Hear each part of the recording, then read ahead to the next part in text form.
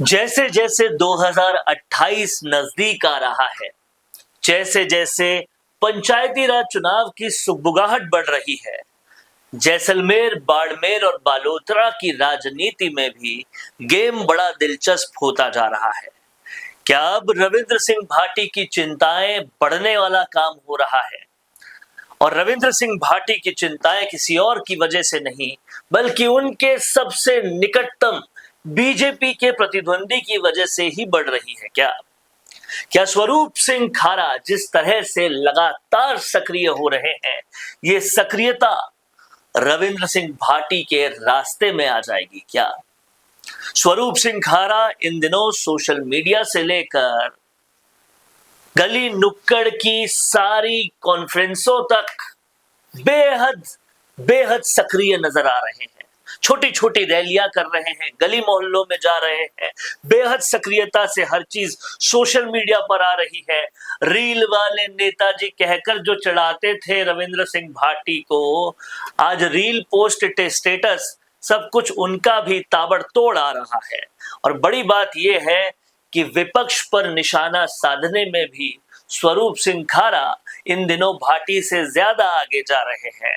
तमाम सारे बीजेपी कार्यकर्ताओं के साथ वो लगातार इस बात को बहुत ही तल्लीनता से कहते हैं कि जो पावर सेंटर से डर रहा है, ये हरीश चौधरी पर तंज कसते हुए कहते हैं कि जो पावर सेंटर से डर रहा है उसे मालूम होना चाहिए कि यहाँ के बीजेपी का हर कार्यकर्ता एक पावर सेंटर है। ये बात हरीश चौधरी पर तो डायरेक्ट थी, लेकिन इनडायरेक्ट तंज ये कहीं ना कहीं रविंद्र सिंह भाटी पर भी था। सुनिए कैसे और कहां स्वरूप सिंह खारा इस बात को कह रहे हैं। भाजपा कार्यकाल में इतने विकास के काम हो गए और पार्टी के कार्यकर्ताओं को इतना महत्व मिल गया संगठन और सत्ता की तरफ से कि कांग्रेस के बड़े बड़े नेता विधानसभा में पावर सेंटर नाम से डरने लग गए। उन्होंने वहां इसका उल्लेख भी किया है, आपने सुना होगा। प्रत्येक भाजपा का कार्यकर्ता पावर सेंटर है, प्रत्येक बूथ अध्यक्ष पावर सेंटर है। आपके कारण ही कांग्रेस के बड़े बड़े दिग्गज कांपते हैं और विधानसभा में शिकायतें करते हैं कि भाजपा का प्रत्येक कार्यकर्ता पावर सेंटर है और हमें संरक्षण दीजिए। ये आप लोगों के बदौलत ही हो रहा है। इसलिए मैं आपको जानकारी देना चाहता हूं कि जबरदस्त विकास हो रहा है भाजपा की सरकार में। खारा इस तरह से तंज कसते हुए तो नजर आ ही रहे हैं, साथ ही साथ वो सारे काम भी अब रविंद्र सिंह भाटी से बेहतर कर रहे हैं जिस कामों की वजह से रविंद्र सिंह भाटी राजनीति में आए थे। रीलें भी बना रहे हैं, सोशल मीडिया पर भी सक्रिय हो रहे हैं।